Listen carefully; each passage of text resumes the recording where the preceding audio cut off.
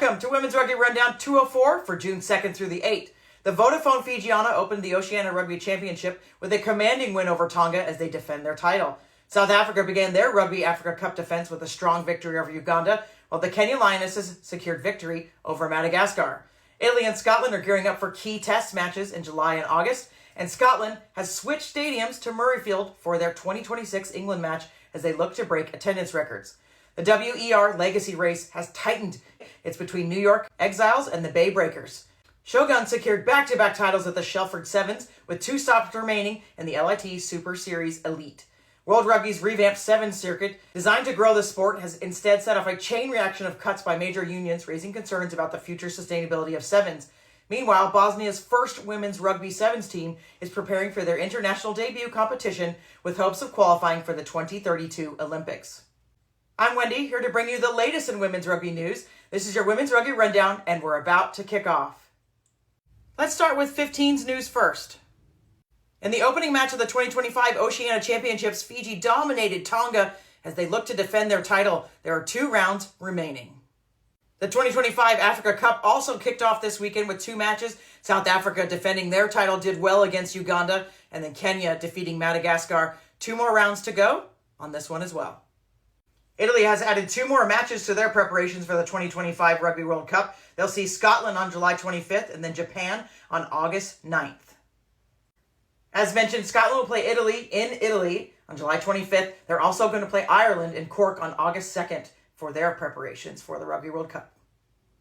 Scotland will play England at Murrayfield in the 2026 Women's Six Nations, aiming to set a new attendance record for a Scottish women's sporting event as the match marks the 100th anniversary of the National Stadium. In our look ahead, there's tons of rugby in June, but coming up this weekend, Oceania Championship, the Africa Cup continues, the European Sevens Championship begins, and then we have more Oceania Africa Cup, National Pub Sevens, part of the LIT Super 7 Series Elite, more Europe Sevens, and then we'll close out the month with Africa Cup and the WER Legacy Cup. With the matches from the past weekend, there is a little bit of movement in the World Rugby rankings. Kenya's gone up 2 spots to 20. Mexico also up 1 spot, 25. And then a couple of falling teams.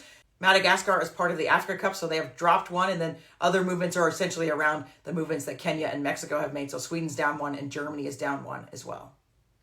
We'll look at some Sevens news now. Shogun claimed back-to-back titles in the LIT Super Series Elite. They won over the Lillian Amazons in the Shelford Sevens final, 17-14. There are 2 stops to go with the next one, National Pub Sevens, on June 21st.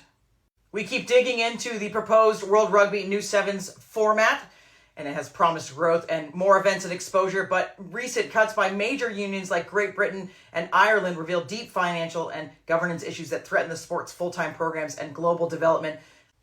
Ireland will continue their Women's Sevens program for now. We're wondering, as they've stated, that it will be there to support the 2025 Rugby World Cup. Will the axe fall very quickly after that event? We shall see.